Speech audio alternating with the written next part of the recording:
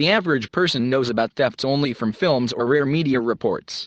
He won't know anything about the real masters of theft. Because every professional thief works quietly and smoothly, he makes sure that he doesn't leave any traces and doesn't get caught. Here is a list of thieves that no one has ever heard of. Vincenzo Peruggia. Although Vincenzo Peruggia's life of crime was short-lived, his theft alone was more than enough. This guy stole the Mona Lisa painting. Yes, you heard it right. He stole the priceless Mona Lisa and kept it in his apartment for about 2 years. In 1911, Peruggia worked as a museum curator. On one of his shifts, he stole a painting and ran away with it.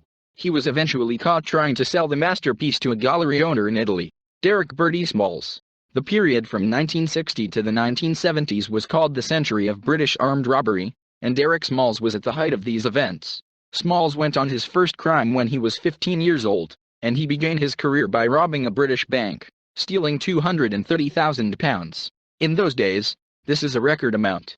For several years, Derek Smalls traded in criminal activities, but soon surrendered to the British authorities. For helping the police catch a gang of robbers, Smalls was given life. Frank William Abagnale Jr.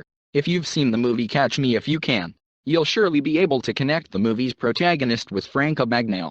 He was the most famous imposter in the world. He skillfully disguised himself as an airline pilot, a prison officer, a doctor, and many others.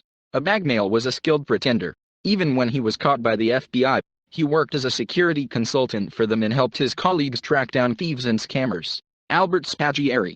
French banks are known for their security measures. Their vaults seemed impossible to hack.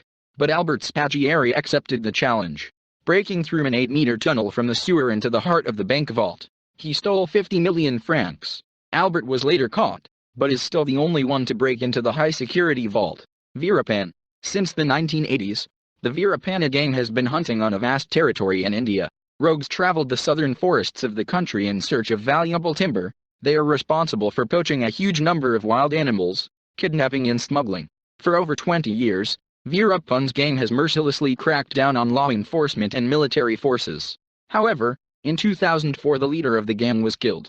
Despite the brutal crimes, he is remembered in India as a good hero who fought against the arbitrariness of the authorities. Thank you for your attention.